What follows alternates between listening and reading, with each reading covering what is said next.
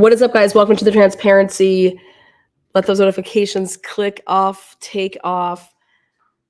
Did you guys know that rumor has it that Judge, according to JLR and joking fans, that Judge is now tragedy pimping because he started a YouTube channel and he wants to broadcast and he wants all of us to use his stream? How crazy is that? I'm just kidding, guys. Welcome. Let's do this.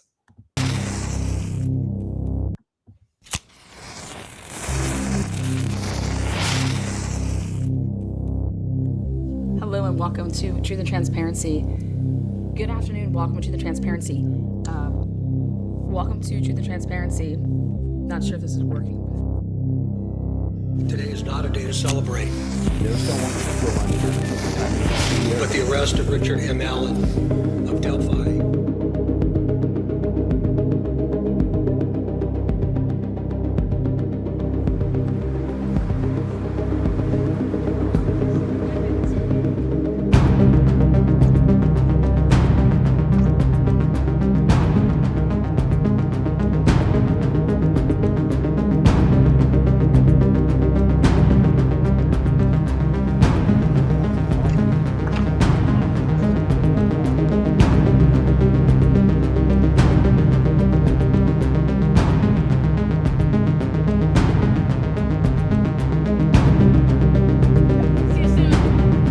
Take care, Miss Morgan. See you soon, Miss Morgan. Paparazzi, stop.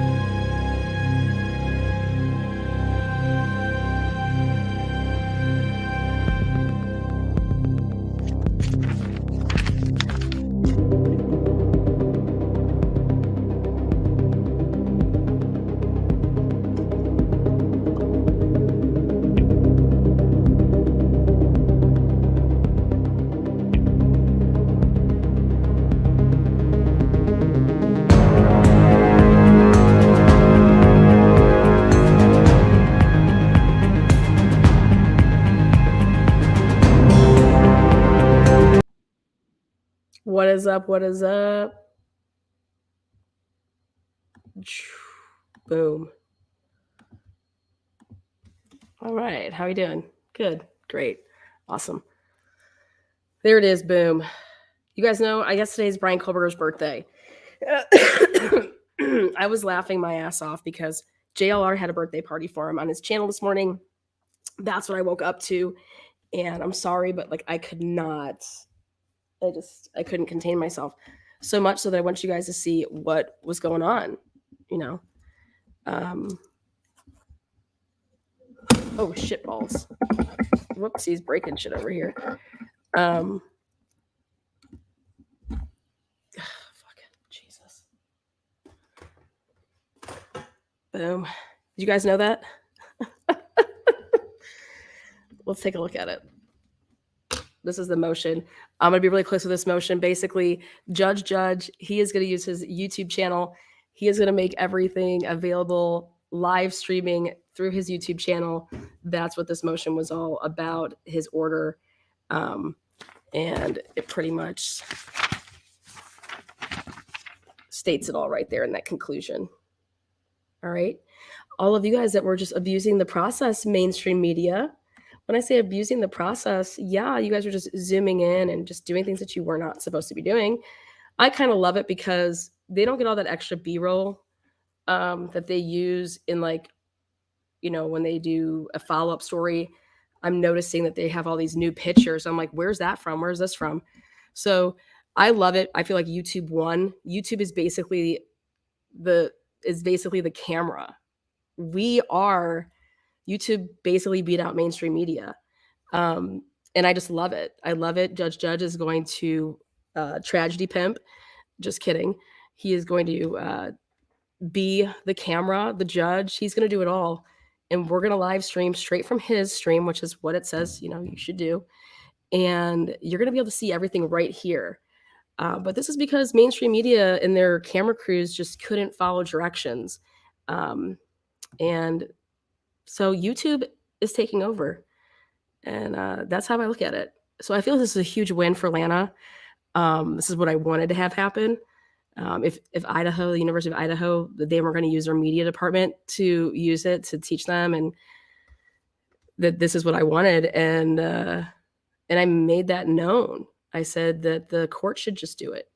And how I knew that the courts could do it is because during COVID, Idaho was using YouTube to stream their court proceedings. That's how I did the research on that, and just do that and take it out of the hands of these schmucks that are, not following the rules and following just simple directions. But all it means is that if you actually are physically there, you will get, your extra footage outside the courtroom and stuff like that. But it doesn't, mainstream media won't have all that extra footage that they have. So it's basically an equal playing field. So therefore, you're going to go watch the trial with whoever maybe you enjoy listening to, or whoever can possibly provide, additional stuff. It's just going to be your cup of tea, just like if you watch, Fox or ABC or. So yeah. So win-win, if you ask me. But we get, truth and transparency can now happen. It's going to be seen, and you watch it where you want to watch it.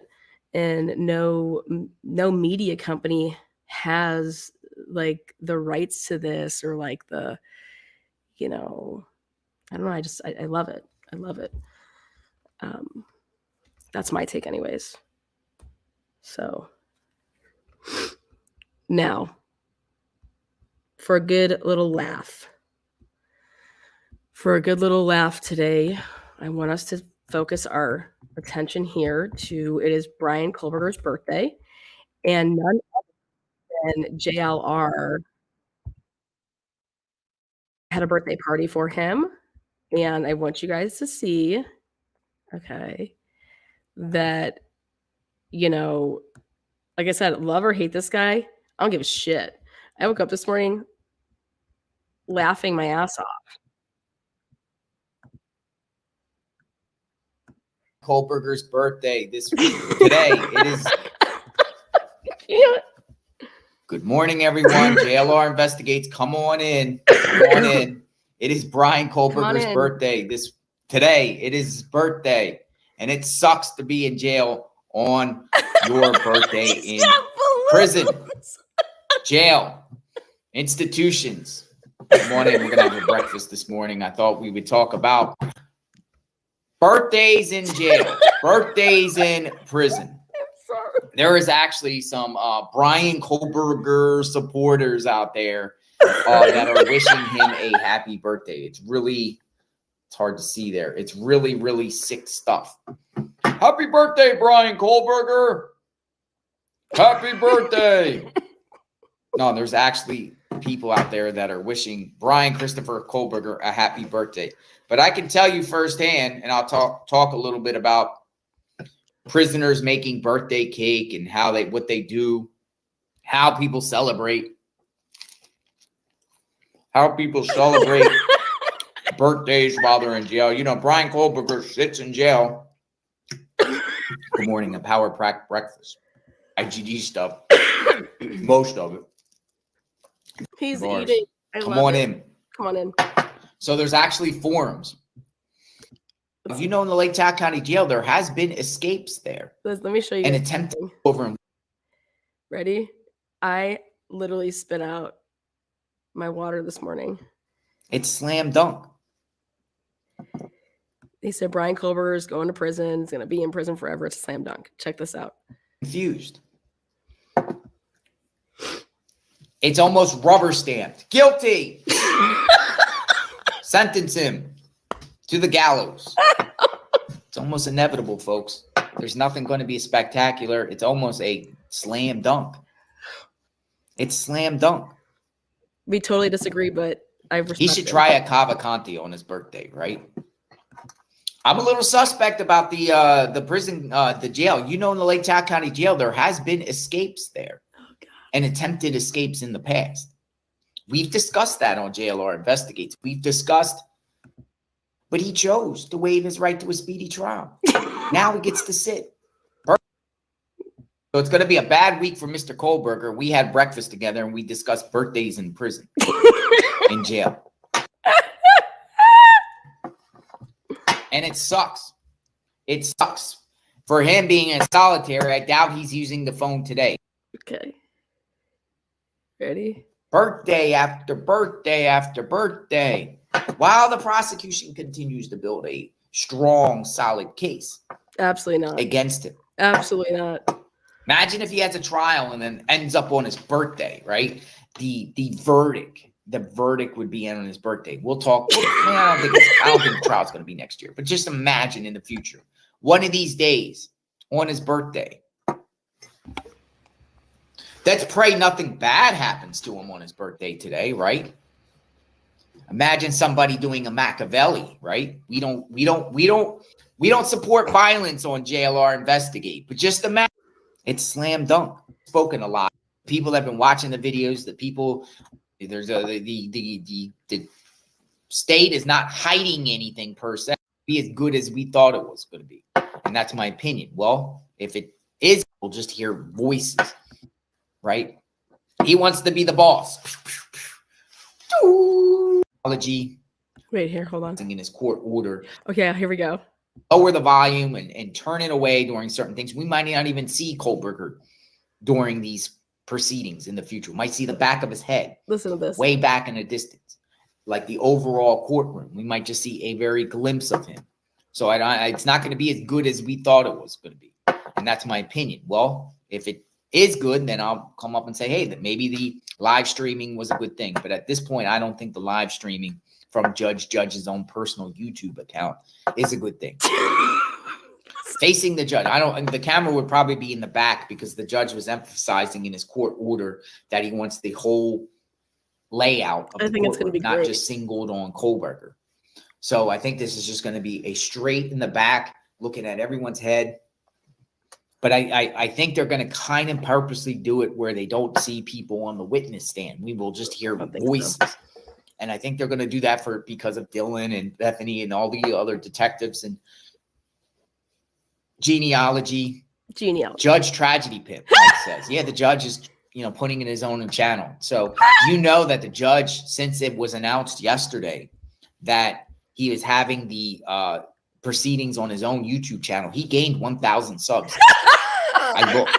He gained 1,000 subs from announcing that it's going to be on his own YouTube channel. So the judge is building his own YouTube channel, his own name to fame. Right? Can't. He wants to be the boss. I love it. Turkey costume next year. Oh, you know what we're going to do? I love it. You know what we're going to do on JLR Investigates? All right, guys. That was my funny moment of the day.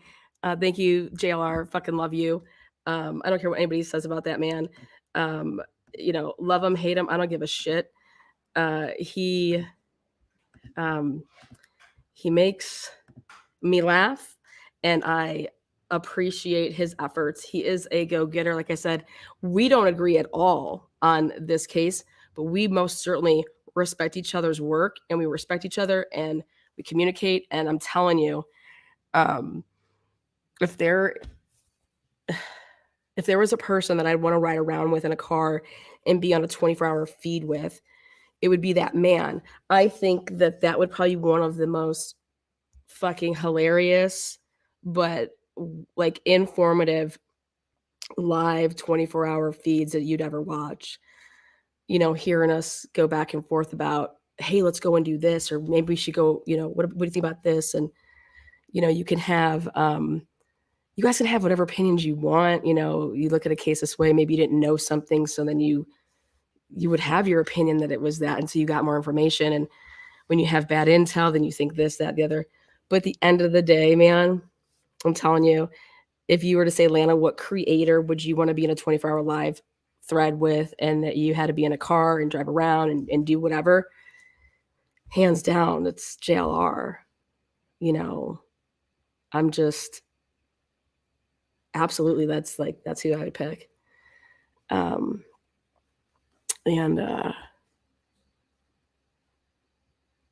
mean, I would make him flip a coin to see like who gets to pick where we go to eat and be on camera while we're eating, and I would just have fun with it. Anyways, it'll be fun until he decides to rob a liquor store. Come on, guys. I think it's great. You know, he totally owns anything he's ever done in the past. I mean, how many people do you think come out there and say that? I mean, he doesn't claim to be something that he's not, but you know, whatever. Anyways, moving on. So yeah, there's your conclusion. We get cameras and it's coming through YouTube. Mainstream media, bye-bye. Big old win for Lana. Like I said, I'll be there though. I'm gonna have a pop-up table. We're gonna have a big old canopy tent. We're going all out for this case because this is the first case that I've ever done from start in like real time. All the cases that I cover and have ever done anything with have always been like either post convictions or so. I want it done the right way, and I want the facts. Yeah. So. But yeah, if Nancy Grace and the rest of those people can have their pop-up tents, I can have mine, and I want my pop-up tent. I'm going to have to find, someone do hair and makeup. You guys, look how long my hair is getting, because I was debating over the holidays. Should I cut it? Should I have it long? Like, what should I do? But look at how long it's getting. Look at that. And I know that Nina's watching, and she wants to know, like, what I use in my hair, and she wants to know what I do every second of the day. So, and all I can tell you is that my husband isn't porking other people. So that's all you need to worry about, honey. Worry about what your husband's doing with his time, and not how my hair is looking today. A lot of cuckoos out there. Yeah, so.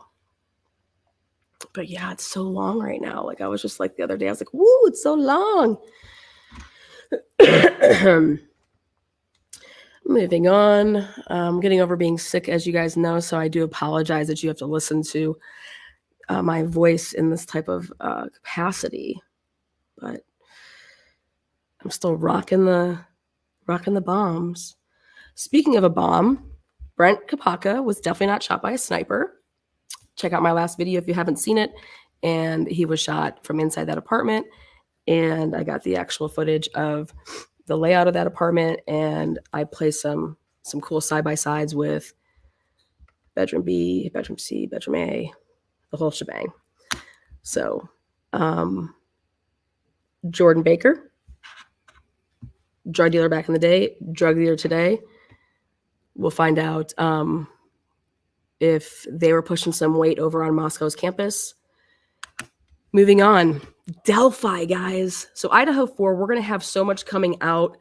Did I tell you guys that we went and talked to headlight specialists?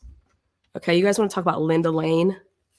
Linda Lane is as useful with the car as a blind person is to watch and listen to Linda Lane. You can't see anything. But we want to talk. So my cousin owns body shops, and this lovely Thanksgiving, I have a lovely meeting with two of his mechanics, and they consider themselves, experts in the field based on headlights. So we are doing headlights and looking at Linda Lane's headlights. But yeah. So December 1st is when all the IgG and anything to do with DNA has to be in the hands of, Ann Taylor. So Ann Taylor is awaiting patiently. I mean, it could come before that, but the order is that, you got to get that stuff on over. So they're waiting for it's just more discovery. So that has to be in. So that'll be, basically it's approaching fast. December 2nd, some stuff's going on in the Karen Reed case.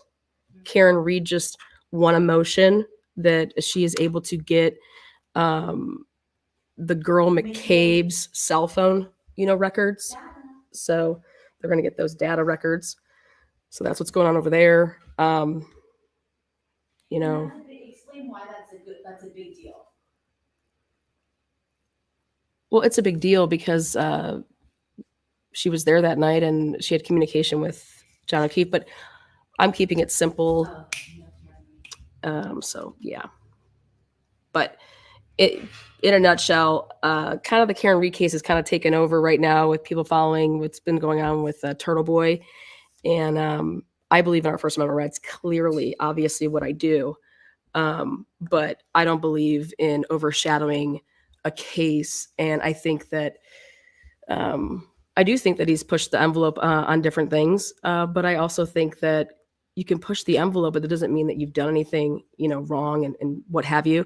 I just think that Karen Reed and John O'Keefe should be the main talking points, and it should kind of be separate. If they went and did this to this man, Turtle Boy, and treat that kind of separately, because then his rights are being violated, just like Karen Reed's rights are being violated. But the question is would they be doing this if it wasn't for the Karen Reed case that he was, covering?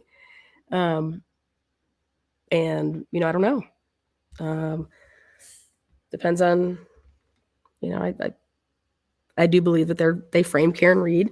I think that I would let Alan Jackson do his job and the other lawyer do their jobs because they are so fucking good that's what I would do. I mean, you brought it to the main stage and I would keep it about that,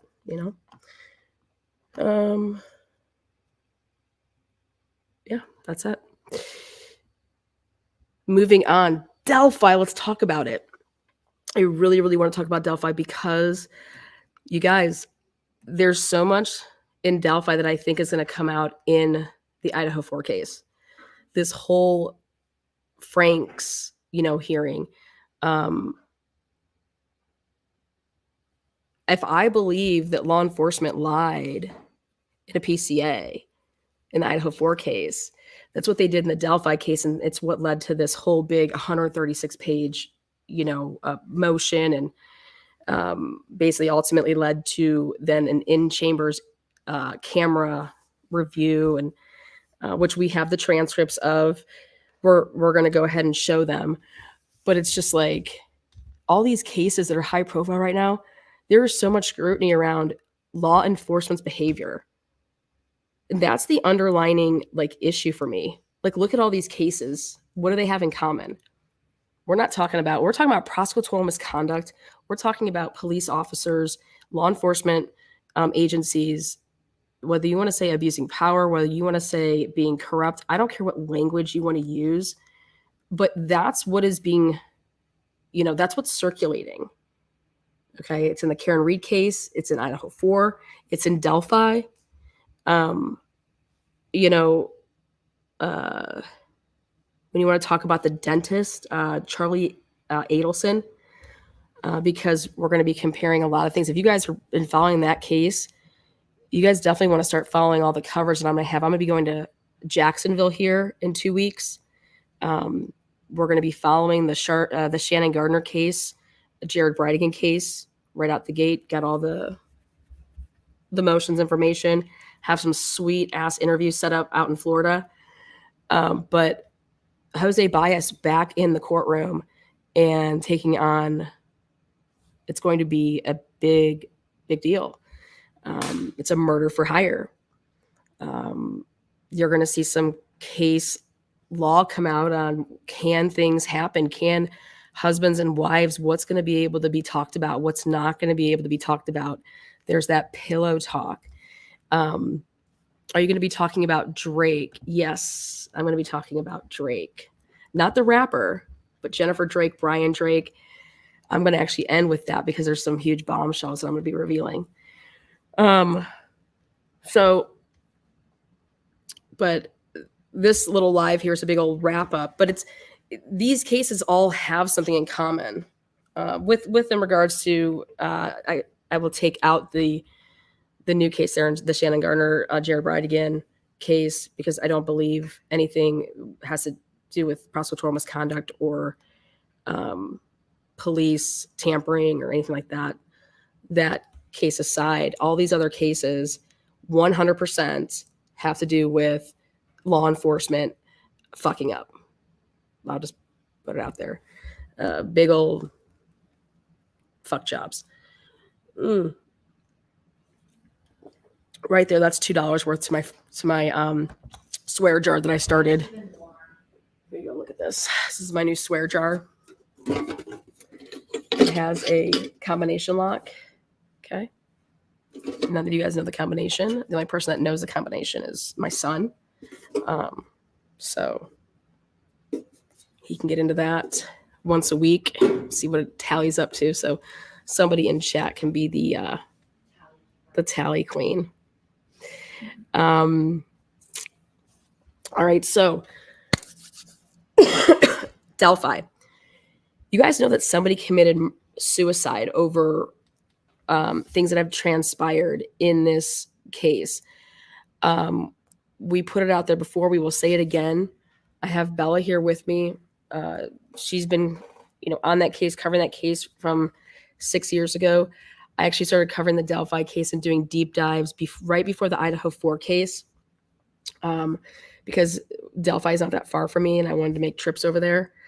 I was really interested in the area and how small it was, and how nobody could possibly, in a 2,300 person populated place, 3,000 people, even if it was 5,000, how you can't do process of elimination to see who that fat fuck is on the bridge. You know what I mean? That's kind of how I felt always about that. Like, nobody knows who this is.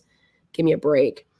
But just the corruption in Carroll County itself was just like, yeah, okay, whatever. Again, 2 little girls were murdered. And police officers and law enforcement agencies want to fuck around. That just bothers me.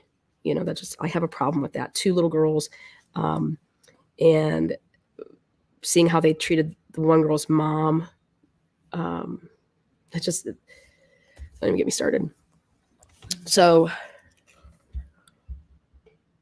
they arrest Richard Allen back right before the Idaho4 stuff, came out. Right at that time. And so it's been a year. Okay. Richard Allen wants to have his trial here in January, right? His lawyers go above and beyond and do the most ridiculous motion in such an amazing way for their client. They don't only are just protecting his rights and they investigated this case for him. Okay. Like I said, they went above and beyond. You're not writing up 136 pages in a motion like that. And that's actually what I've been doing for the Dr. Moore Brian Drake case. I'm writing up a report like that, and it's almost done, and it's really, really good. And I'm proud of the work. And it's backed by same thing, kind of what they did. I'm proud of your work. In that case, thank you. You did amazing. Thank you. I believe I can prove how it all went down in the Drake Moore case, and we'll get to that though. So Delphi, here we go. There's been this leak. There's always been a leak. You guys, when the murders happened, there was a search party. So think about this. And I have no problem saying this. If I was on a search party and I'm searching, I'm taking pictures of things because, hey, I've already searched this area. So I'm marking things. Like, I'm a very, if I'm going to do something, I do it. Otherwise, I don't do it. Either I do it balls deep or I don't do it at all. There's no half-ass. Go do something else with your time. One of my coaches taught me that when I was younger, and it's so true. Do what you love, or, don't waste your time. Go do something else. But half-assing is just not my thing. So think about this. If you're on the search team and you come across and you find the bodies, I'm sorry, but you can say that I'm weird or I'm crazy, but I would be taking pictures. I'd be taking pictures because I think it'd be a cover your own ass type of thing for me as well. But that's just my intrigued way. I would just, especially if it was so off, and the way that my brain works is I wouldn't want anybody to possibly say that it was any other way than what I found it, especially if I was the one that found it, and I would want to stand by what I said, or maybe I could get blamed for something. And But you have these people that were out there searching. And so people found the bodies of these 2 girls, and it was not law enforcement. I mean, they were involved, but it was citizens. And there was photos taken, 100. There was so much stuff going around back then. Can we talk about that for a minute? The search before Delphi involved Lafayette police or the FBI for 2 days, people were searching without any protocol. So people are out there in the woods, they're urinating out there. They're doing everything out there. No protocol, just out there looking in the woods. Mhm. So from the beginning, the people that were looking kind of messed everything up. Well, Delphi PD messed everything up because they didn't have a protocol. Then they called Lafayette, which is a bigger police force, to come in and help. You're going to have to take a seat if you want to be closer. Sorry. Do you want me to take a seat?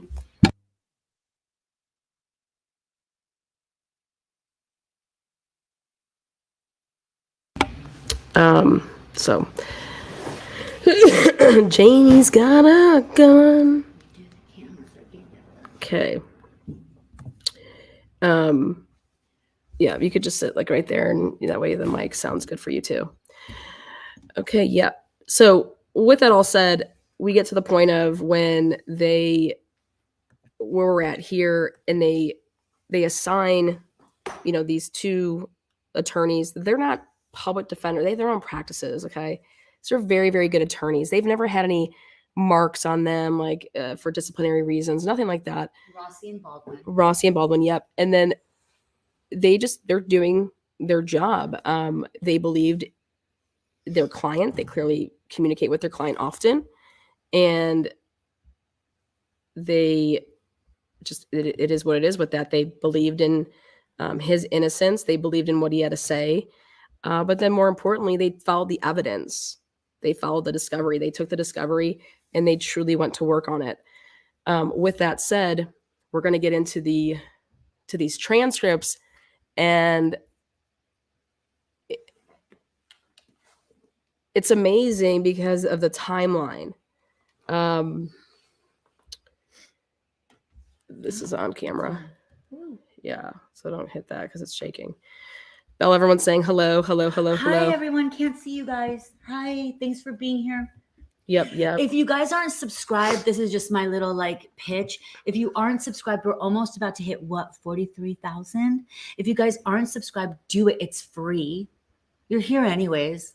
Oh yeah. Subscribing isn't paying, by the way. Some people thought that it was, and you just go and you click the little bell button. It's free. Yeah. Truth Win says, so how is it Judge Gull made this decision on her own without holding a hearing? Yeah, you can't do that. Exactly. You can't do that. Well, you're going to see in the transcripts, when we were reading this, it's a bomb. To me, I love these gentlemen so much because they uphold their oath, right? Rossi and Baldwin. They're amazing. And you guys are going to see what it is to be an attorney that does your job. Mm-hmm. Yeah. Absolutely. So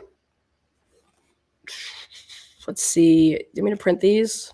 Well, I have my copy. Do you have a copy? Because I have a copy. Do you have a copy? Let's just do it. Do you want me to just put the copy up on here? Yeah, I mean, if you want to put a copy up, you can. Just put a copy up. You know what I'm saying? I'll just copy it up. And that way they'll know when we're But can I be Rossi? I don't care. You can be whoever you want. Well, that would mean you're Baldwin. That's fine. It was good. Can you send me the link? Sure can. Where do you want it? Email. Okay, yeah, can do that. Copy that. Yeah, they were just blindsided, but more importantly was the timeline of all of this. So there was this leak, and it was the crime scene photos, and this guy goes on a tour. I'm sorry, but that Rick, what's his name? Rick Snape? Oh, the Snape guy? Yeah, but the most interesting part about this is the inside information that I had about who had this leak, but that was a few months ago. When you guys hear these transcripts, you will see the leak has been happening. And I don't want to give this person is a really good person in your channel. They told me something that one of their family members that lives in Delphi had been told by LE from early on a lot of information. So here we go with Delphi, where everything's close to the vest. And LE is out there like just giving citizens like, hey, you know, blah, blah, blah, did it. You know what I mean? It's not. Yeah. Again, you guys. Just a bunch of fucks. I'm sorry. 2 13-year-olds, you guys. 2 13-year-olds. We have lost the plot now. Totally. Here you guys go, sharing the screen so you guys can follow along. Follow along. There you go. It'll be easier for them. This is literally, since the Franks motion, I was so excited to read this because it is everything. And keep in mind, this is in chamber. This is the in camera, in chambers. This isn't even in front of a court of law. And look at how amazing these attorneys are, you guys. Rossi and Baldwin, bring it. Yeah, bring it. Bring it. So here they had a phone conversation, but also there was email sent back and forth. And it was to say, hey, there was this, you know, one of a confidant, you know, went into my office. I guess he took pictures, you know, of stuff that was out. Totally didn't know. He did not have permission, all that stuff. And now this is Baldwin. To be clear. Yeah, Baldwin. Baldwin and Rossi have 2 different places. So go ahead and say about what happened with. Well, we're just gonna kind of just jump into it. Okay. Yeah, we're just gonna go ahead and jump into it. In this, there was going to be a court hearing. Prior to the court hearing, though, it was actually Rossi that reached out and said, like, there's been a leak. No. This was before they were planning on having this hearing. She's like, okay, we're going to have this hearing on the 19th. He reaches out in a text, and maybe it was an email, but basically just saying like, hey, what's going on with this? Like, what should we be preparing for? Like, they had no idea what this is even going to be about. And then that's when she says, okay, meet in my office, you know, in chambers beforehand. But if it wasn't for Rossi ever like saying any of that, there would have never been, they wouldn't have known like them going beforehand before the hearing was actually scheduled for the 19th. So that's how that got even set up, that they're in this type of situation. But they still don't, they think they're going into a regular old hearing. It was actually to discuss some stuff. Yeah, it was. They thought they were going to discuss the Franks motion and stuff like that, and it wasn't like that at all. Okay, here we go. Let me go ahead. I'm going to make this bigger. They were also asked to not work on the case. Judge Gull asked Rossi and Baldwin to not work on the case from October 12th to October 19th when this hearing takes place. This hearing takes place on October 19th. All right, so this is the prosecuting attorney. Judge, I wanted to do some introductions. I finally got approval from our counsel to hire a paid attorney to help me. So, okay. Small town local government. So this is Jim Luttrell. He's a retired prosecutor from Grant County. He's decided or agreed to come on board. Okay, have a seat. He signed the oath to my office. Okay. And all that. I'm going to handle a written appearance. You know, nice to meet you, Judge, says Jim. Nice to meet you, Jim. Next week. Okay. Or maybe tomorrow if I have time, Judge, I'll get it done. Okay. But he will be entered in, and we're trying to get him up to speed. Okay. Well, good. Rossi. Well, I'm the one that kind of asked to huddle up. So if you want me to lead or if you want me to say some things, I'm okay with whatever approach you want to take here. Go ahead. Well, I think Jody's got our portable FTR going. So just that we've got. Okay. That's fine. Got a record. You know, obviously I'm happy to hear that the court's going to make some decisions on the pending pleadings today. Uh-huh. I assume Andy feels the same way. It's time to kind of get some closure, if you will, with regard to those items so that we can move forward. It's probably obvious that the tension from our side is coming, from the words disqualification that were murmured in the phone conference that we had a couple weeks ago. I'm assuming you understand how that kind of raises the intensity level of the circumstances. And I guess if I have a concern today, it's that, we're going to go out on that kind of in the public, so to speak, in the courtroom, on the record, and have a discussion about an ongoing investigation. And that's what I kind of gathered from the email. You know, I think you invited Nick to talk about that if he wanted to. Mm-hmm. And, you know, it makes me a little uncomfortable because I don't know. First of all, there are no pleadings that are pending, whether they're motions to disqualify or contempt citations or whatever they might be, not really frame any of the issues. And I have no problem. I mean, I don't have any problem talking about this stuff privately on the record in a, you know, in an ex parte type of confidential hearing. I just think it's difficult to expect that there will be any kind of structure to the idea of, you know, hey, there's an ongoing investigation and just tell us what's going on. And I don't know that it has any relevance to what we're really trying to accomplish today. And I also don't know why Nick McLeland would want to talk about an ongoing investigation in public, knowing that in itself could be a little damaging to their circumstances. And so we're lawyers. We're used to having issues framed. We're used to having an opportunity to prepare. And I don't have anything to hide.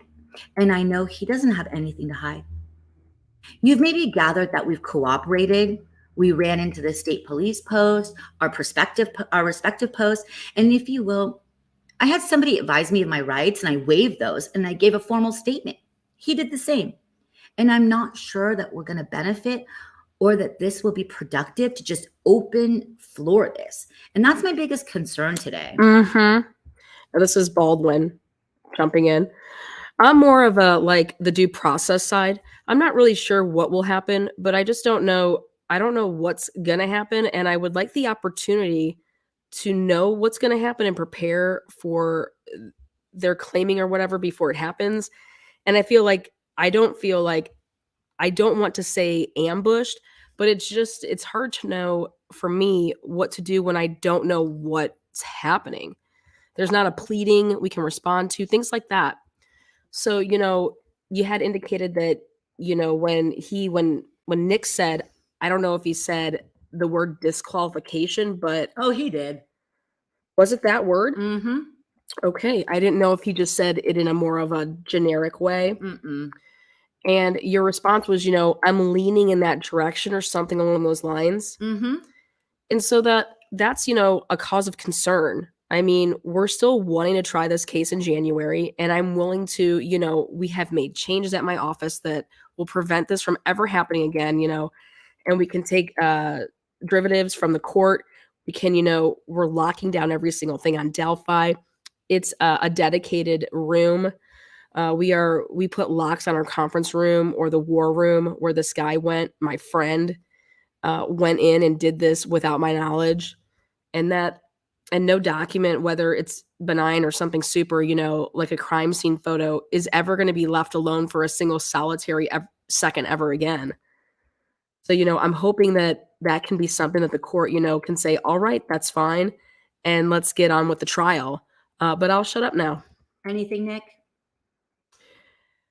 Well, Judge, I guess my plan today was give the court a summary of the investigation. I got witnesses here and exhibits to present that go towards the investigation. I'm more than happy to hand those over to the defense. I know it may harm the investigation, but I think it would be important that the court hear these things. I guess the heart of it is investigation. I think it's important. I think the importance of you hearing it is outweighed by that. And so I have those things. I'm concerned that the leak is not just a one-time leak. The evidence that we have shows it's an ongoing leak. However, it's being done and it's just, you know, what's next? I have an issue with, you know, what's next? I mean, I spent the past 17 days investigating this night and day when I should have been focused on preparing for trial. Just so you guys know, when he's talking about this investigation, they're talking about the investigation into the leak. And when I say night and day, I mean phone calls at 2, 3:30 a.m., night and day. And so that's where I'm at, Judge. Again, I am an officer of the court. I'm reporting to the court what I know, and that's kind of where I see my role. You know, this is starting to scream due process to me. I haven't seen any of these exhibits, and I don't really frankly, I don't know anything about any of this. And I'm not distancing myself from Mr. Baldwin. I'm just saying I have no connection with any of these people, okay? And the idea that somehow the prosecutor is going to get to roll out a bunch of statements and exhibits and, testimony without us having any forewarning or any idea, any way of scrutinizing that seems a little outside the boundaries of due process to me. Plus, again, I get back to what is the relevance to what is going on in this case? Are we going to use an open courtroom to air an auxiliary matter? It's not really connected in any way at this point to the proceedings that are ongoing, whether it's the Franks issue or anything of that nature. And I will tell you this, I am prepared to show the court this. I would rather do it in private. This problem has been a problem from the very beginning. I have 10 pages of a deposition transcript in this file from my deposition, our deposition, that took the trooper that I took of Trooper Holdman in this case. And in that deposition, he talks openly about how there were crime scene links from the very, and it's probably leaks. There were crime scene leaks from the very beginning, unequivocal crime scene leaks. And that as soon as this crime occurred, they were investigating information that had been released because they were lay people that were part of the search party. And the implication is, and I've got the transcript, is that those people that found those girls started to essentially disseminate or distribute information, and law enforcement essentially try to catch up with them. But it was really too late, and as you might expect. Once it gets in the hands of the public, it's too late. So he told us that, almost volunteered that information to me in the deposition. The second concern I have is that I think I shared with the court just an example a week or two ago. Somebody sends me a court TV, bit. This is so funny to me. Go ahead. And I can assure you, I've never watched one of those bits on this case. I don't even know if I've ever really watched court TV, maybe back when Simpson was ongoing. I don't know. And in that bit, Barbara McDonald is talking. 2 different occasions, she mentioned how she's getting information from investigators on the ground that were at the crime scene. Now, we can all draw implications about that, but most importantly, it was corroborated by the fact that she was holding in her hand documents that I know to be directly related to the Purdue report. Purdue. I mean, I saw the pictures. I know where those came from. And if, the point here is I'm going to say this maybe a little loosely, but forgive me. I don't care. I don't care that all this stuff is out there because it's been out there for 5 or 6 years. I don't have time. He doesn't have time. He doesn't have the time to sit and try to marshal all of this stuff while this case is ongoing because there's no end to it. But the point is the court needs to have some context that this is nothing new. I lost sleep over the fact that there's a man who's dead that I don't even know. And frankly, Andy doesn't know. And it's tragic. I don't know what life circumstances he had or what surrounded this. None of that information has been shared with us. But at the end of the day, what's going on out in the cyber world and in the public, as you might expect in a case of this magnitude that's been publicized for 6 years, was beyond our control before we even got involved. There's even a guy in Florida who says the guy in Texas who leaked all this stuff has received from a disgruntled Carroll County employee a whole file filled with stuff and photos included. And I haven't seen the photos that were leaked. I don't know what they are, I mean, if this could be set for a formal hearing in the future where we have a chance to do it the right way, then that's one thing. But, to go in there and we don't have any way to counteract anything, if I know what it is, I can say, oh, okay, I know that's what this is, or I don't know what that is. And it's, and in the meantime, we honestly, this is the lowest point of my career right now. because somebody did what they did to me. And that has nothing to do with Richard Allen. It certainly does not. Richard Allen needs to have counsel there. So I just don't want to go in there and not be able to fight back with evidence that or witnesses that we have to counteract whatever they claim that they have. So okay, this is Gull. This is Judge Gull. Here are my thoughts in no particular order. I don't know how many folks are out there, and I certainly don't wish to air publicly to the world the concerns that I have about this matter. My intent in having this hearing was to go through some of the pleadings that we have not yet decided. So I was going to start with reminding everybody about the decorum order. This is the worst part. Decorum in this. The decorum order, reminding everybody why we're here. Just shut up, etc. Decorum and saying shut up. Shut up. There have been reports to my sheriff about disruptive people, and I will remind people, if they are disruptive, they will be removed. And my sheriff is fully prepared to execute arrests if necessary, because I know we've seen our other hearings. People have been disruptive and hateful. So under the rules, under the canons of judicial conduct, I'm required to advise people within the room that the media is here and they're filming. Wink, wink.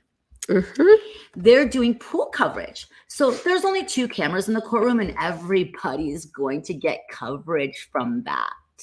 And then I want to talk about the pleadings. Defendant filed a verified motion for immediate transfer of custody. The state filed its response. The motion, again, has a lot of inaccuracies and some speculation, and it has been refuted ably, I think, by the affidavits that have been submitted by the state. And I'm going to deny that motion. The defendant then filed a motion for broadcasting order. The state filed its response. Your motion's overbroad. It's got a lot of irrelevant verbiage in it, and I'm required to consider individual requests for hearings. So I will. If the media wishes to have an individual request submitted, they know fully well how to do that. And I've provided to counsel all of those requests that I've gotten so far for this hearing. So if you want to file them for particular hearings, you're certainly welcome to do that. But the media is all over this, and they know how to do this. Yeah, I was just trying to understand, are you suggesting that you're going to determine that on a case-by-case basis or a hearing-by-hearing basis? Hearing by hearing. Okay. Yeah. All right. Okay. I just wanted to make sure I understood what you did. I don't want to be the court. You don't? No, go ahead. The state filed its motion for leave of court to subpoena the third-party records. I think that was directed again to DOC. I clearly can't grant that. I'm going to grant the defendant's motion to quash. But if you continue to raise his medical and mental health in pleadings, that's fair game for that to be provided to the state. You have also filed, Mr. McLeland, a motion for future pleadings and filings to be sealed prior to being released to the public. I've not gotten a response from the defense. Can I speak on that? Sure. I think it's important to note that, we had this discussion come up before, and we decided, okay, we're done sealing stuff. We're going to make it public. Before we filed that Frank's brief, I had a long conversation with the court reporter, Karen Allen, over in Delphi, because I wasn't sure about Allen or Roller. I always want to call her Karen. Allen? Okay. Karen Allen, because I wasn't sure about the mechanics of how all this stuff was moving from Delphi to your office. And I know that you set up some kind of website or something that people could access. And I was under the understanding in speaking with Miss Allen, I'm not blaming her for anything, but that when we file these things, and they were going from them and they were hitting a button. We were filing with Carroll County. They were hitting enter and they were sending it to you, and you were essentially filtering this stuff, or at least you were seeing it before it became public. Nope. And so that's the way in talking with her, that's the way I understood the mechanics, which I think is what happened to a pleading the other day, from what I understand. We filed something and you either put it in a queue. I think anyway, I tried to do some homework on that, and that's what I was part of one of those conversations, and that's what she said. Good. You beat the Go. court. So does that need a hearing? I'm happy to have a hearing on that. I don't have a problem with that. Well, I really don't. I guess I'm just telling you for context. That's what I mean, could there be a happy medium of we file it confidentially and then the judge then gets a chance to review it first? Because that's what we thought was going on anyways. But if that's not what's going on, No, it's being filed confidentially if you mark it as such. I know. Yeah, I know that now. I had my staff work on the memorandum confidential after I had my staff mark the memorandum confidential after it had been filed and disseminated to the public because the actual warrant was in there and that's covered under the miscellaneous cause number. I'm happy to have a hearing. Well, what is your ruling? I guess to make sure I understand. I don't want to fight about something that we don't need to argue about. I haven't ruled on that. Okay. You haven't filed a response in that. Yeah. My question is, do we need a hearing on that, or do you wish to file a response? The Franks motion clearly needs a ruling, and I'm working on that. The motion and exhibits are about 1,500 pages. I don't believe that, but... And there are hours and hours and hours of interviews that have been made available that my IT staff has now cleaned to make sure that they're okay. We already talked about that. And then, that brings us to my concern that I raised with all of you on our phone call. And I write everything out, and this is what I intend to say in open court. I have concerns regarding the defense team and the totality of the circumstances surrounding your representation of Mr. Allen. Candidly, my concerns began at our hearing on November 22nd of last year. Mr. McLeland filed a motion for a gag order, and we were in chambers. And you assured me, gentlemen, we don't want the media in our lives. We will not try this case in the media. And then less than 2 weeks later, you issued an undated press release that contained an awful lot of information that would not normally been revealed. I don't know. I think you knew or should have known those were potentially violations of Rule 3.6 of the Rules of Professional Responsibility. But it is that press release that prompted me to issue the order December 2nd, granting the gag order until further hearing. April 18th of this year, you filed a notice of the tort claim against the Department of Correction. You stated in that notice that it was your intent to pursue our client's claims against you. The full amount of damages sought on behalf of my client is unknown. I don't know how much you could do that in representing Mr. Allen in a criminal matter and then launch off into a civil matter. I think that's inappropriate. May of this year, we were notified by the state of the Brandon Woodhouse arrest and that the subsequent discovery of your work product, and I think it was an outline that you created for yourselves with the discovery. It was pretty detailed. I don't know if that's the right word. That apparently happened in December of last year, and that was not revealed to anybody, not shared with the court. It wasn't shared with you, although apparently you guys knew about what was going on. He didn't. You knew. I did know, meaning Baldwin, but Rossi didn't.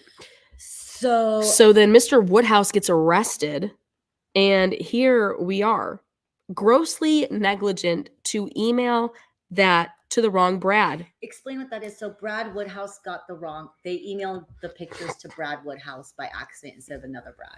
Go ahead. Yes. Your pleadings on the safekeeping order contain inaccuracies and falsehoods. That was proven in the hearing we conducted in June. The evidence presented by the state clearly demonstrated the falsity of your claims, and that was very troubling to me. And then the last couple of weeks that we have been dealing with, the state provided you discovery. That has been severely compromised. We now have an ongoing investigation. I'm not going to call it a criminal investigation. I don't know what it is, but it's clearly being investigated by the state of Indiana. Everyone involved has sought counsel, including you, Mr. Baldwin. You've had an attorney enter a written appearance this morning. I don't want to get into the investigation, candidly. You are the constitutional authority for the state of Indiana. If you choose to pursue it, that is up to you. If you choose to abandon it, that is clearly up to you. I'm glad to hear that you have cooperated, but Mr. Baldwin's attorney has clearly shared. I don't know if you've seen his pleading. I saw it, Judge. Yes, I got it kind of late. He emailed us, and then Okay. I saw that it was filed on the way here. Well, yeah. So he's clearly shared it in his pleading, down to the fact that an individual has committed suicide. He included the fact that you left materials all over a conference room table, accessible to anyone. And this is a friend of yours who apparently you have consulted with on this case. So again, it's up to you if you wish to pursue that. I'm looking at the totality of the circumstances. You know, when I look at a suppression, the case law requires me to look at the totality of the circumstances. And that's what I'm doing. And it pains me to say this, but the totality of these circumstances demonstrate gross negligence and incompetence on the part of the defense team. I am unsatisfied with your representation of Mr. Allen. I am gravely concerned about his rights to have competent, non-negligent representation. He currently doesn't have that right now because what you have demonstrated is negligent and incompetence. Now, I am sharing my thoughts with you privately. I don't want to say this in open court. I would encourage you to talk privately about what you wish to do. I don't want this coming out. It is not where we need to be with this case, but I will. But you don't know that. You have just now been made aware of my concerns and where I'm landing. So if you wish to have a private conversation, I would encourage you to do that. I don't believe your client is here yet. No, he's not. Clearly, you'll need to speak with him as well. So I'm not good at reading between the lines. You're a lawyer. That's what you do for a living. When you say have a private conversation, are you talking the four of us or? I'm talking about you. I'm not accusing the state of gross incompetence and negligence. I'm finding gross incompetence and negligence with you. So, okay, so. Forgive me. Go ahead. No. I mean, obviously, reading the tea leaves here, what you're giving us a chance to do is bow out gracefully, if you will, if that's the right term. Is there a scenario where the court would accept if I stayed in this case? I mean, I'm a team player, and I'm not the kind of guy that just bail out on somebody just for the sake of doing it. But I think it's obvious that, he can speak differently, but I'm not as concerned. But I'm not as connected to some of, this most recent circumstances as he is. Mr. Allen is in a situation where he's gonna have counsel if he has new counsel, it's gonna take them a year to get up to speed with the depth of information that continues to come in. And so I think that his Sixth Amendment rights matter. And, I'm probably the one that can get at least that can move this thing forward with some kind of judicial economy. I don't like it. And that's not what I intended to do when I came in here today. But that would be kind of a worst case scenario on our side, I guess. And so is that an option that the court would entertain? No. So basically what you're saying is you guys either quit on your own accord or you make me fire you. That's what. No, I'm saying to you that this is what I plan to say in court on the record when we convene at 2:00. Well, sir, is a culmination of that you're removing us from the case? I will, based on what I've just shared with you. Okay. Well, I just want to make sure And I'm just giving you the opportunity to have a conversation, which, how do you want that to go? I don't want to do this. But I will if I have to. Should we bow out gracefully, as Brad says? How would we even have a hearing? How would that go? Because if we're out of the case, then you're going to go ahead and rule on a bunch of stuff without lawyers in the room? No, I would not do that. If you decide that your best course of action is to file a motion to withdraw, you can do that today, and I'll send Mr. Allen back to the DOC after you've had a chance to speak with him. Would that happen before the hearing or after the hearing? Your motion to withdraw would happen before the hearing. Okay, that's what I wanted, yeah. Yeah, because he has rights, and I don't want those rights compromised by having a hearing with him not having counsel. I assume if you choose to withdraw, that his financial situation hasn't changed, and he would still be entitled to court-appointed counsel. I can't imagine that he has the ability at this point to hire counsel. I don't know that. Brad and I need to go talk. Yes, you do. Thank you, gentlemen. Yep. Thank you, Judge. Thank you, Jody. You're welcome. Okay, yes. All right. So obviously we're kind of trying to figure out how to address this issue with very short notice, very little notice. The first thing we did is really talk to the client. Mm-hmm. Our client is a big part of this, the biggest part of this. And he's communicated to us that he does not want us to withdraw from this case. He wants us to continue with his representation. He understands, I think, that he's not the gatekeeper, or he doesn't have the authority to really force the court to do that. He would like to say that on record. We asked him if that's what he wanted to do. We suggested maybe he would do that in chambers. It seems a little bit of a difficult position to put a man who's accused but not found guilty, put him in a courtroom and have him speak in the circumstance with 15 minutes notice. Andy and I'm going to speak for myself. I'll let him speak for himself. I'm going to file a motion to withdraw. I don't want to do it, but I don't think that I have a choice at this point. The options I've been given without any notice by the court really are either I withdraw or I'm going to be publicly shamed. And that's the way I see it. And I think that public shaming is there's not only a professional element to that, I think there's a personal aspect to that too. But when the media is teed up like this, and we show up here today with the court having told us that we're going to conduct some business, and that somehow bleeds over into a forced resignation or whatever you want to, however you characterize this, that, I don't feel like I have any other choice professionally. I have a life beyond this courtroom and beyond this case. And I have a family too. And I have a law practice. But I think we've been given some notice that what we were actually, if this would have been framed in a pleading format or some formal disciplinary claim, which there's a process for that in our business, then we could have come in here today with an opportunity to refute some of those things that you clearly had, thought through and prepared before we got here. And we didn't have the opportunity. And that's the idea that I'm going to have to go in here and in an open courtroom and essentially defend myself against claims that I don't agree with without any notice and without any opportunity, that I think is unfair. But I also have some common sense, and me going in there and standing my ground because my client wants me to do that is just going to make things worse for him.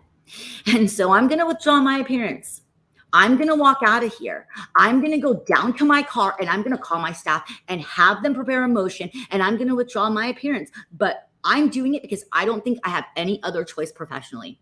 But I'm doing it because I don't think, not because I want to, and not because my client wants me to. And I respect the court has an opinion, but we're professionals and we can disagree.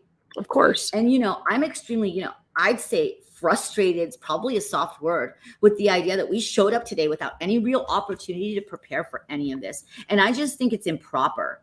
And that's where I am. And that's my position. Well, I think we talked about when you asked for a disqualification, and I indicated on our phone conversation, I'm inclined to do that. It was a phone conversation that was not on record, and then there was some follow-up emails. True. That's an informality. There's an informality to that. And you also said you hadn't even done any research, and you hadn't, had time to talk to your senior judge and all these other things. And he hasn't filed a pleading with the court either. No, I'm doing this on my motion. And I'm a lawyer who practices in lots of courtrooms, and I've been through some disqualification actions. In 20 years, I've never had a disciplinary complaint in my life that's been confirmed, if you will. But I've seen lawyers disqualified, and there's a process for that.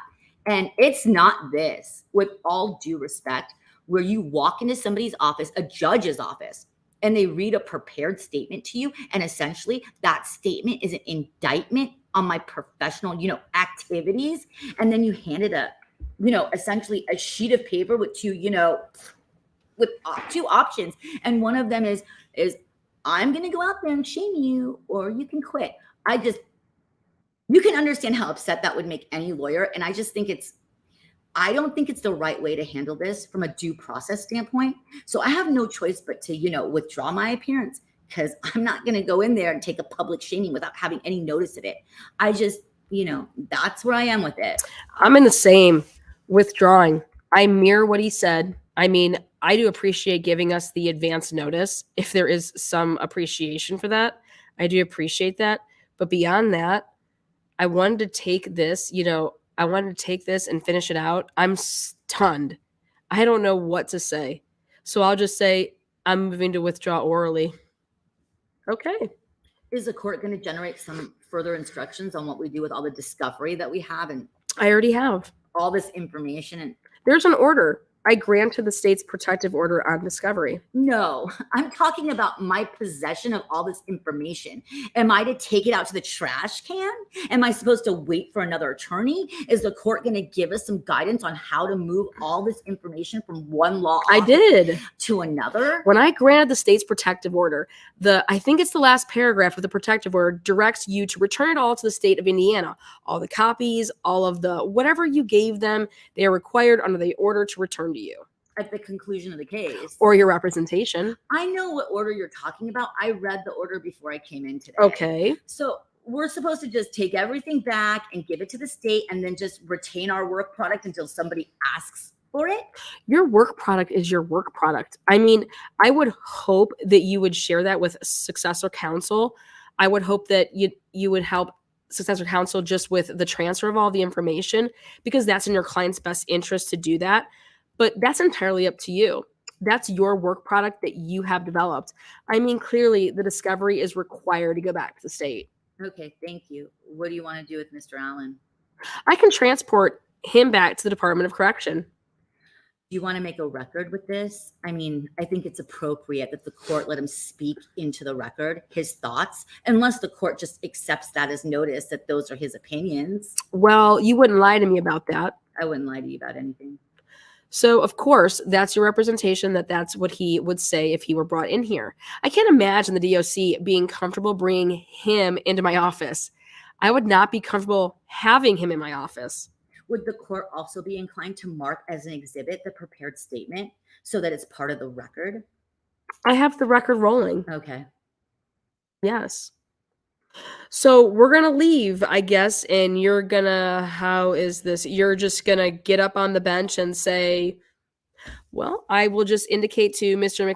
McLeland's going to be in there with Mr. Luttrell, and I'll just say we've had a turn of events and defense counsel is withdrawing, and that's all I'm going to say. Can you wait for us to get out of here? Of course. And we can have you, I don't know where you parked at. We can have a hearing set for October 31st that I'd like to keep as a trial setting and an appointment of new counsel. And if you can get things together by that date to return to Mr. McLeland, that would be good. Otherwise, if with your permission, I will give successor counsel your contact information. Okay. Okay. Where are you parked? Nice to meet you. Sorry to meet you. Yeah, just right out there in front of the building. I mean, there's a parking lot. There's a little parking lot right in front of the building. I don't know what everybody in the courtroom. So I think there's anybody out in the hallway. Everybody's in the courtroom. I'm going to go get my staff member. I'm going to have her. I don't need any of. We'll rendezvous at some point and try to get the stuff back. Okay, that's fine. Between Steve and I and Sarah and you. Okay. We'll get it. That's fine. That's fine. Done. That's either Sarah. Thank you. Thank you. Boom. Now, here are lawyers. First of all, they're thinking about their client, right? Richard Allen, and how this is going to affect him. And they want to put that as a priority. Gull is toast. I don't give a shit. She's gone. No, this She's is toast. ridiculous. She's toast. She's done. And she didn't want this out there. This is part of the stuff she doesn't want out there. So it is out there because good people have wanted it out there. We need transparency in this. Yes, I love it. I fucking love it. Gull, you are toast. This is disgusting. Peace Is all I out. gotta say. What's up, Mandy? Mandy Joe in the house. Joe. You guys, has she done lost her mind? No, this is what somebody thinks that they can do. And let me tell you something. If you think this is her first time doing this, you are crazy. So she's probably gonna, hopefully, if everything works right with the Supreme Court in Indiana, get a lot of her stuff reviewed, a lot of her cases reviewed to see if she's practiced in this way. Do you see the motions that she's just outright denying for the defense? Just outright. Oh, it was ineffective. It was this. You didn't. It was too broad. It was blah.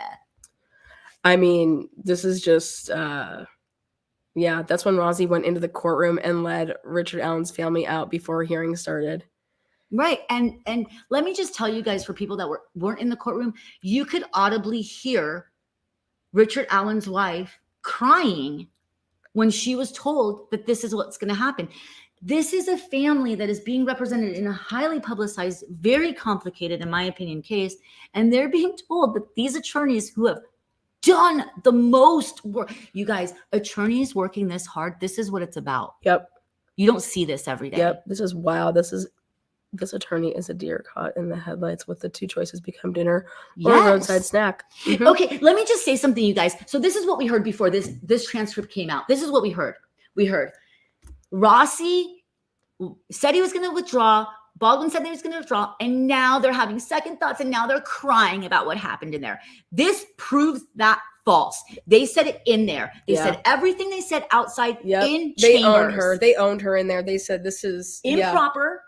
This isn't procedure for it. This isn't how you go about doing it. You think that you're gonna give us this, and he's saying all this on the record, and he knows that it's a rolling. He knows that all of that was being recorded. You know, when they went to do their little huddle up, they're stunned. They're like, they both knew that she can't do this. Yeah, they had to say that to each other. Like, we know that this is against the law. And let me once again, if you guys didn't hear us when we talked about this before, to go on record. Gull talks about decorum and then says shut up in the same sentence. The real decorum is you do not ever go against a judge. You have the utmost respect. It takes a lot for these attorneys to do that. It has to be so egregious. This isn't something you do every day. And this is egregious. Yeah. You know what the best part about it is that as a prosecutor, you would also know that this is not normal. So guess what? You have a duty, as Nick would have had, to say what she was attempting to do was against fucking due process, against Richard Allen. And this motherfucker stood by and did nothing, which is amazing when you actually look at who this motherfucker is. He is a fuckwad. Because nobody in their right sense, he actually should have been sticking up for the defense in the manner of, if you want to disqualify them, you still have to do it the right way, Your Honor. And I agree that this is not due process, but he just sat there knowing it wasn't. He is just as obligated to, you have a duty as an officer of the courts, and he just stood by knowing that what she was doing was 100% misconduct. 100. And the thing is they have been doing this for years. You are culpable. Yes. Nick, in my opinion, is just as culpable as Gull. And I think that you would win the argument. Well, think about who his family members allegedly are. Slick that pony, baby. And so here we have, a couple of counties. We'll talk about Allen. This is in Allen County, right? These are, McLeland's an attorney out of Carroll County. But here we have people that have been getting away with doing this for so long. Okay. And they're not even on the right side of the law anymore. They've lost the plot. They've lost what this is about. And once again, this is 2 13-year-old girls. Okay. We have all lost it. I don't know if we'll ever gain it back. I don't know where we're going to go from here, but I want a real Christmas tree. Are we done talking Delphi? Are we going to No, I just wanted to say those words. I want a real Christmas tree. We need to get the smell in here. I love it. Hi, guys. Oh, Joe. I miss Joe. Hi, Joe. I just want to say, hey, Mandy, check it out. Look at how long my hair is. Want to see how long it is? It's long. Look how long it is. It's so lush and long. Right, Mandy. You sexy thing. And it's not happening. Like, I'm sorry, we're past that point at this point. Now it's to get a fair trial and to get, if Richard Allen did this, do it fairly, get him fairly. Nail his ass. But what they're doing is absolutely not okay. It's just not. You know what also is crazy? You guys, I went to brunch this morning. Oh my God, I thought I saw Santa. It was Santa. I thought it was Santa. Mhm. Like, so round. I think it was Santa. I think it was not Santa, but I thought it was Santa. Anyways. Can we go see Santa today? It's raining. Yeah, we can see Santa. We can get trees. We can do whatever we want. We will run this motherfucker. You guys, this is my swear jar. Okay. Oh, that's what Joe was saying. Love Joe. Love me some Joe. Okay. It's got a combination on it. So I went out and I'm going to get $2 bills. Okay. But I think what I'm going to do is half of it is going to go to Jax. Oh, no, you said Jax is getting all of it. Well, I Don't want to you give dare. half of it to a charity each month. Which that's kind of special. And Jax can pick the charity each month. That's a good idea. So, okay, every time we need somebody in chat, this is what I was trying to say, to keep you the swear sexy jar. thing. I can't see it. So I'm like, Anyways, Lana be playing with that sexy hair. I'm still on my knees for Bela. wait, what? She says, Lana be playing with that sexy hair. LOL, I'm still on my knees for Bela. Love you, Joe. Joe's married. We love you. All right, guys, moving on from Delphi. Moving on. The last part we're going to talk about is Jennifer Drake, Brian Drake, Dr. Moore, bombshell. I'm going to show you guys a bombshell. Okay. Remember all the talks. You guys have heard the talks. What talks? Though? What talks though? I cannot be responsible for the swear jar, says Mandy. Mandy, okay, you have a lot of responsibilities, Mandy. We'll like every time it'll be somebody different. As soon as we get in, we'll be like, this is the person. Please keep doing it. Lana's quick with them, you guys. She sneaks them in. Okay. So, there's been all this talk around let me pull it up here. This 911 call. Boom. Okay, look at it. Free birds, swears, extra truth. So smart, free bird. Mandy says we're going to need a bigger swear jar. That's so funny. Mandy, I think that's why she's doing it weekly, like emptying it weekly. Oh, stop it now. Don't be silly. Okay, no, but seriously, thank you so much, Freebird. Appreciate that. Yes. Love all the super chats. Love all the love. Members. Annie Oakley. Oakley. Oh, I know who that is. What's up, Annie? How are ya? She really needs to no longer be a judge. Yes. You're great. Thank you. You're great too.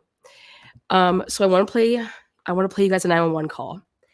And I'm going to ask one question. And the first person to get the right answer just gets like a Lana virtual fucking praise. Oh, did you just do that for the money? Yeah, I did it for the money. Mine doesn't count. But I did it for the money. But listen, don't give hints though. I'm going to give no hints, you guys. She's good at trivia. But I'm going to play you guys a 911 call. And I want you to tell me, I'm going to ask one question at the end of it. So listen up, and the first person to get it right, okay, I will praise publicly. I'll praise you publicly. I will praise you. You'll be the winner. Like it's good to be the winner. Thing. Okay, so here we go. Ready? God, Joe gifted 5. Oh, who ended up snagging it tells one? you now? Joe, thank you so much. I didn't know it tells you now. It tells me that I'm badass. Hi, Miss Kelly. So long. Okay, ready? Here we go. Please listen up. Let me do this the way that I want. Ooh, which one is it? I got all these things. This is the best chat ever, you guys, right? Yeah, totally cool. Okay, here we go.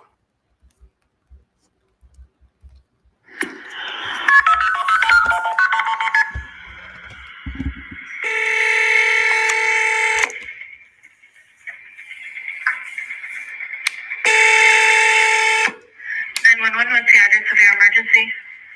I don't know the exact address, but it's right across the street from West Schwab. I don't know. I just heard gunshots go off, so I thought I'd call it in. Okay, and what direction? It sounds like it came like from almost behind Far North, like in that neighborhood back there. How many? Two, I believe, is all I heard. And then I saw someone running too, and I shouted at them, and they just looked back and kept running. So. Okay, what direction did they start running? It's going like towards downtown, but they ran like back in this neighborhood back here. Okay. Did they seem injured? No, they did not, but it was just all like a super suspicious like thing to happen right then, so I don't know, I thought I'd call it in. Okay. Thank you. I have another 911 coming in right now. If I need anything else, I'll call you back, okay? Alright, sounds good. Yep, bye. Okay, ready?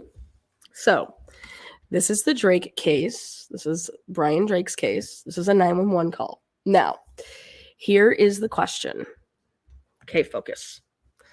The question is, how is it possible that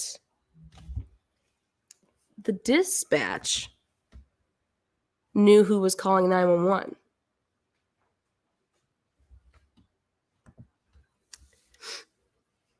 How did the dispatch know who was calling 911? That's the question. That's the question.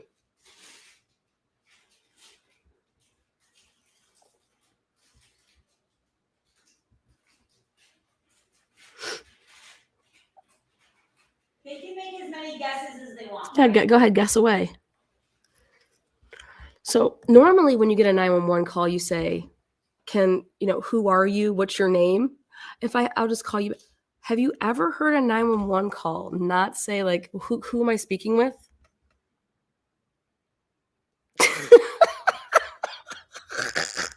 So first person to get it right. So you guys just guess whatever you think. Multiple guesses are okay, right?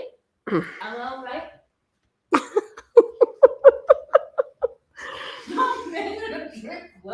911, where's your emergency? Who am I speaking with? Like, who is it? Have you guys, wild, right? So let me ask you this.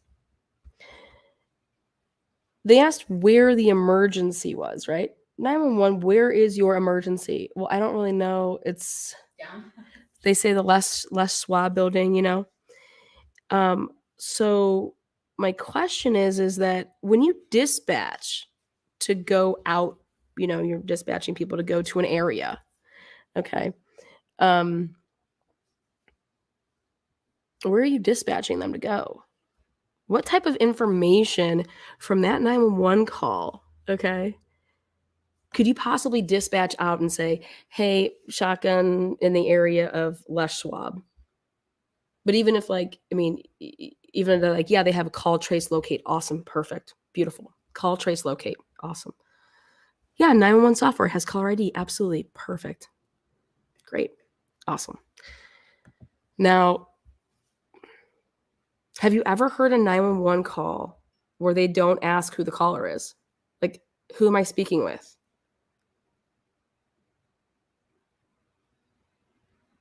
Just truly think about it.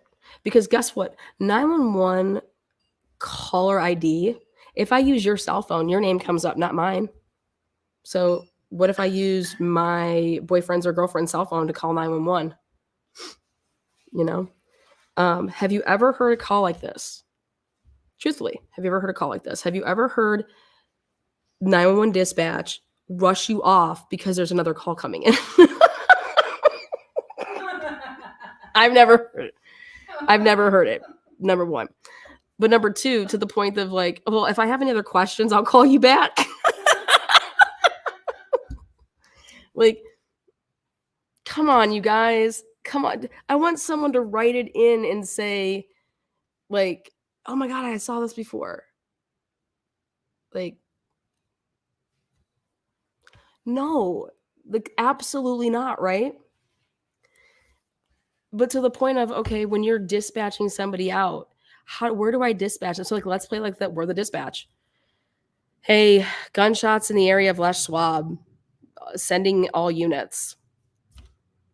Go and talk to, you know what? I don't even know who I was talking to. So think about the night of like, Maddie Mogan being on the phone and who am I speaking with? This is Maddie. How do they even know that it was Maddie, right? We all know that it was Maddie because of her voice and we know Maddie, but these dumbasses get handed a phone. It wasn't like they had it on their phone. So when they try to go back to call this girl, they're like, oh, wait, we don't have the number because we never took it. We just actually used the phone of somebody else. Like, what a bunch of dip wads. So your whole training and experience just really blows in Idaho all the way around. But this right here, so I said to myself, yeah, you would know who called 911 based off of a call, trace, locate to a name and a cell phone number, right? Or the landline. Perfect. But I said that doesn't excuse the fact of what the hell is this 911 dispatch doing, you know? And so much so that, check it out. Let's go like this. Ready? Next up. Okay. Wait, did somebody win now? Well, they were saying, you know, caller ID, you know, and sure, yep, okay. So then the next question is, because we're going somewhere with this, we're all playing here. Just play along, guys. So check this out. Now, next up.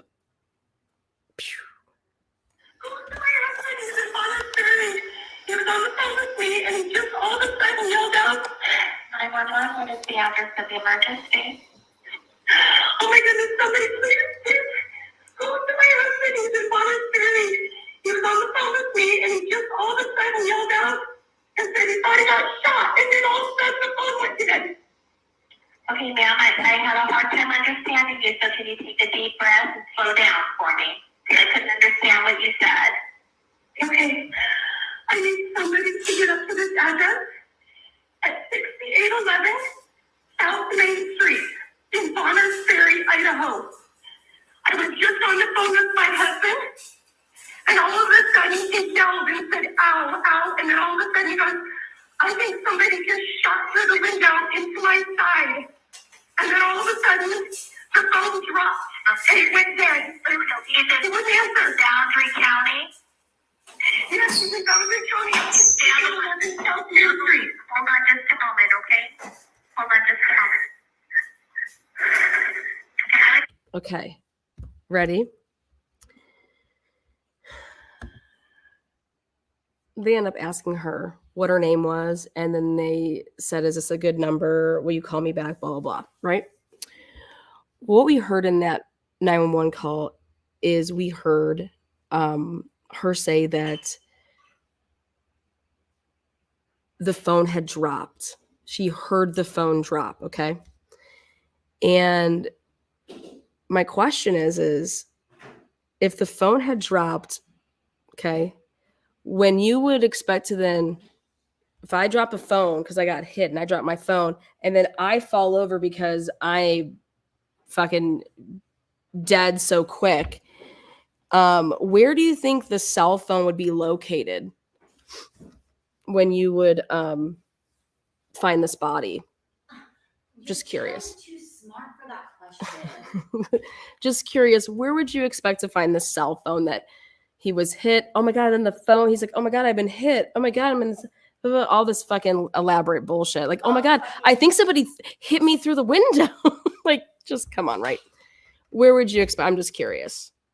Like, would it be, you know, if I drop the phone and then I just, you know? So I'm sitting in a stool right now. I'm sitting in a chair, right? And they said that he was on the phone. So think about right behind me. I'm on the phone and I'm in my stool. And this would be how tall I am, like sitting off of on a stool, like and I get hit. Okay. I get hit in the side. While you're on the phone. While I'm on the phone. With your wife. With my wife. And then I say, oh my God, I think I just got hit, you know, just got shot. And then she says that she hears the phone fall, versus like if I had the phone with me in my hand and then I'm going down, then the phone's going to be right by me. But right here, if the phone drops, right, it's going to drop right here because you hear it drop, right? You hear that like, and then I fall over, right? And I fall over this way, okay? Or it falls, okay? And I fall over that way, right? It's got to be one way or the other. Or do I just face plant? You know what I mean? Or I guess I could go back unless I don't my back. If the chair has a back on it, you don't know. Well, we don't know. But either way, like this is what would have happened, right? So, again, this is their version of events, and then she was just on the phone, and then she calls 911. Well, I did a FOIA request, right? And I got my FOIA request back, and I was like, she didn't call 911. Like, she did not call 911.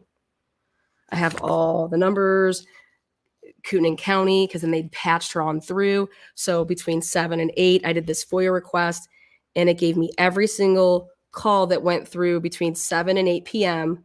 to Kootenai County, and then they were dispatched, right? So then check this out. So then I decided to do a FOIA request on ISP records, okay? And I wanted to look again at what they call a, let me grab it here. There it is. It's a 3-page report that they refer to as an incident report, okay? All right, take a look here. Oh, you're giving it away? I'm not giving it away. Oh my God, it's the biggest bomb. It's the bomb, but I'm not giving it away. I want you guys to just know how fucking tits I am at my job. Okay. I went and I got this pretty puppy. It's called, there you go.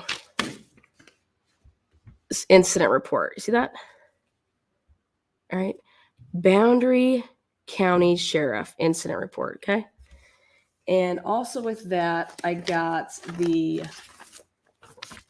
freaking event summary, every officer and this event names, okay?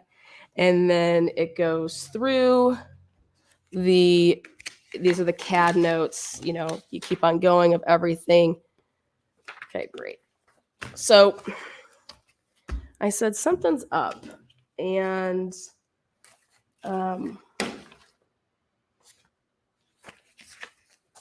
I got over here to right here. I'll be special about it. These are the reporting parties. See that? Reporting parties. They said that Isaac Bunderberg and Jennifer Drake, that he called, but the reason that his call came in before what you guys just heard, the reason that call came in first is because she had to be patched through. Okay. And I then noticed that there was a home phone number and a cell phone number in this type up. And I said to myself, wait a second. Wait one motherfucking minute. Put $1 in my jar. I said, wait 1 second. I said, Jennifer Drake has made it known, okay, that she has no landline. And so I knew that that is not Jennifer Drake's landline. Wait. Right there, okay? Cell, landline. I said to myself, you know what? Let's just fucking Google this number. Let's just take a fucking look at this. And I'm going to do it here right with you guys. so that you guys can see how special this is about to be. Okay. I took my happy ass on over to www.google.com and I typed in 208 blank, blank, blank, blank, blank, blank, blank, blank, blank. Okay. And I about died. Literally. I fell over in my chair. She did for real. I said, "You've got to be fucking kidding me." I said, "Come on, Lana, you dirty dog, you." I said, "You's a smart little fucker. There's another $1 for you." Can I get one of those? Yes. Thanks. So I said, "No way." I said, I don't believe it. Like, I didn't believe it, right? I said, "Fuck it, man. I'm totally going to just call this number." And so I said, "Okay, let's dial it on up." I said, "Let me just dial this number."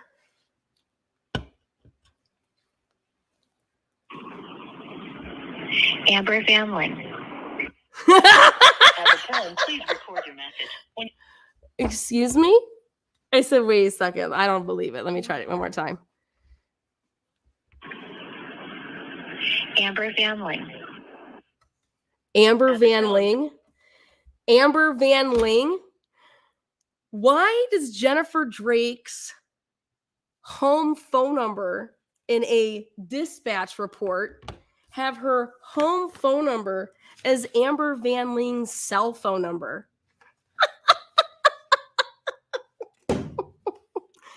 I said, "Guess how you get that?" Remember that question I asked you guys? That 911 call. When you make a 911 call, remember that question I asked you?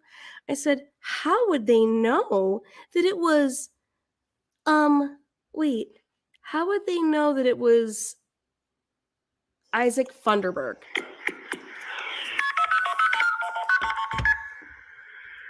He didn't leave his name. He didn't leave his number.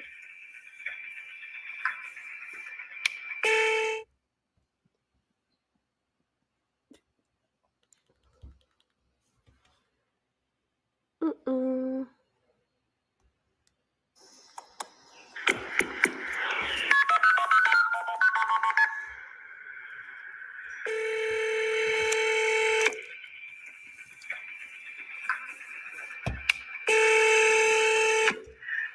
What's the address of your emergency? I don't know the exact address, but it's right across the street from West Schwab. I don't know. I just heard gunshots go off, so I thought I'd call it in. Okay, and what direction? It felt like it came right from almost behind the front door. Like in that neighborhood back there. So let me get this straight.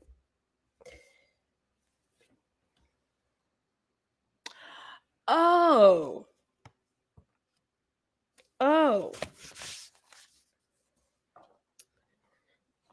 Jennifer Drake used Amber Van Ling's cell phone to call 911.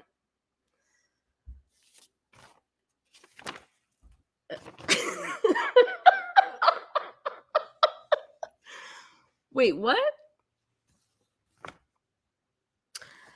How else would dispatch have a number that wasn't her number? You think that she told dispatch, "Hey, here's my phone number that I want you to call me at."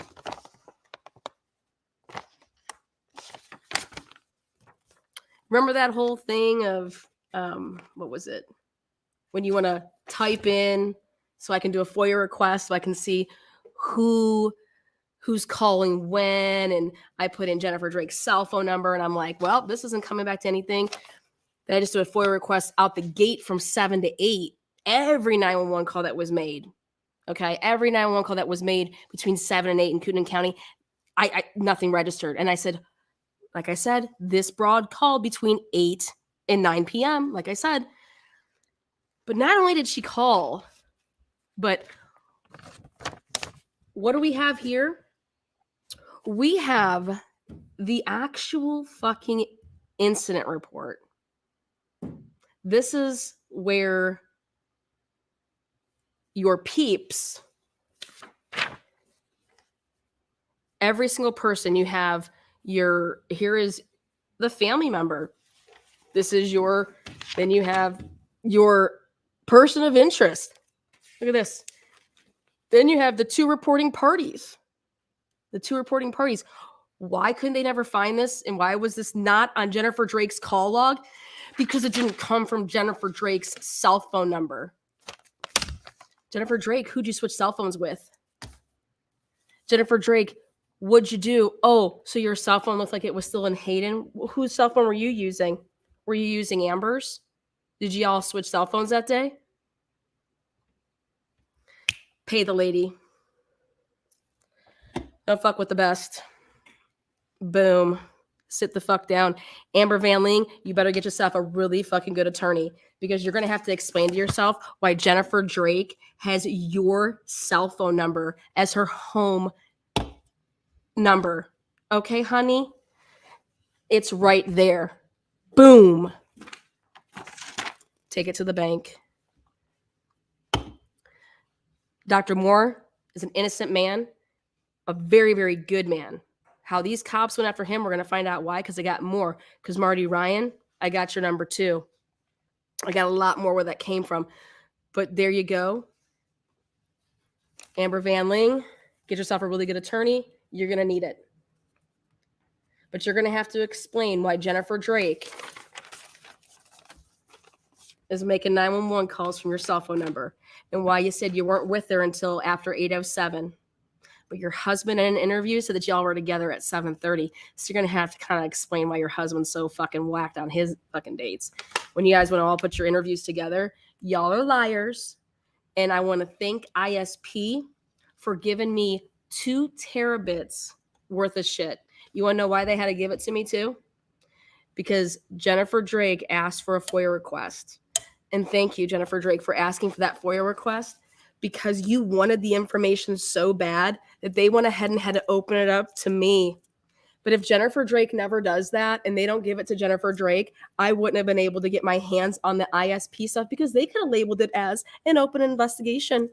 But guess what? Jennifer Drake was given it, and so guess who else got it? Moi, this bitch. But Jennifer Drake does that a lot, right? Jennifer Drake opened this investigation. Girl, I'm telling you this. I can't wait to take the stand. You know why? Because when you want to have witnesses and who you say is like an expert, I was talking to Scott Roeder. Scott Roeder's like, you are an expert. He's like, you extracted all this shit. You show him how you did it. You would be able to take the stand and be able to back up all your work. He's like, fuck, you do it better than me. She's a real big expert with him. So, and then you know what the kicker is too? When they find out that I was right about, well, I'll leave some more bombs. But I just want to say thank you guys. Love chit chatting with y'all. Do you guys like that dance? Wait, here. Do you guys like that dance? It's like Night at the Roxbury. I'm just silly. But no, I want to thank you guys. Thanksgiving is right around the corner. I'm going to head on over to the grocery store, see what I can go pick up. A real tree at the grocery store? No, not at the grocery store. But I did see Santa today. I know, but Mandy wants to know if we sat on Santa's lap, but we didn't want to, right? Santa's only 5'2", you guys. Did you know that? But this is a Santa that came, like, I don't think he's from the North Pole. No. Mm-mm. I think he just pretends to be. Yeah, he has a receding hairline. He's a fat fuck. He was huge and tiny. Santa was a fat fuck. I was like shocked. He says like he needs to be on the naughty list. He talks a lot of naughty stuff. I love Santa. The real Santa is really good. Is Santa a fat bastard? Yes, fucking fat as fuck.